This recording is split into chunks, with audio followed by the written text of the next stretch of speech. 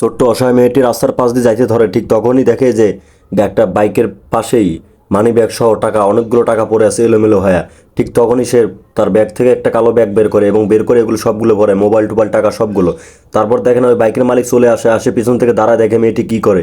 তারপর দেখেন সে দেখতে পায় মেয়েটি টাকাগুলো না নিয়ে ব্যাগটা সহ ওইখানে রেখে চলে যায় এবং ছেলেটি পিছে পিছে আসে, তাকে ডাকতে চায় কিন্তু ডাকে না। তারপর দেখেন সে দেখে যে সবগুলো টাকা এবং মোবাইল মানি ব্যাগ সবগুলো আছে। তারপরে এই মেয়েটি চলে আসে, তার পিপাসা লাগে, একটা দোকানে পানি কিনতে যায়, তার কাছে একটা কয়েন আছে, এই কয়েন দিয়ে পানির দাম হয় না।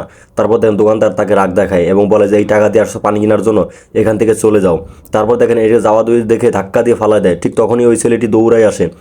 আসার পর দেখেন তার অনেকটাই কষ্ট লাগে, কারণ তারপরে দেখেন ওই দোকানদারকে বলে যে পানির বোতল দাও।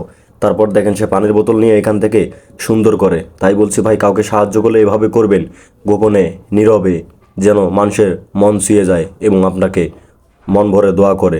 তারপর দেখেন এই মেয়েটি চলে আসে। আসার পর দেখেন টাকাটার দিকে তাকায়, বলে যে একটা পানিও খাইতে পারলাম না, কি টাকা ইনকাম করলাম সারাদিনে। তারপর সে এখানেই ঘুমিয়ে পড়ে এবং ওই ছেলেটি পানির বোতলটা নিয়ে আসে।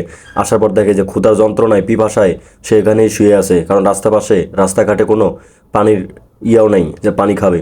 তারপর দেখেন এই ছেলেটি অনেকগুলো টাকা বের করে তার পকেট থেকে এবং সে ভাবে যে টাকাগুলো ব্যাগের মধ্যে রাখি, এবং টাকাগুলো ব্যাগের মধ্যে রেখে সে চলে যায় ওই মেয়েটির কাছে এবং যাই দেখে যে মেয়েটি ঘুমাইতেছে।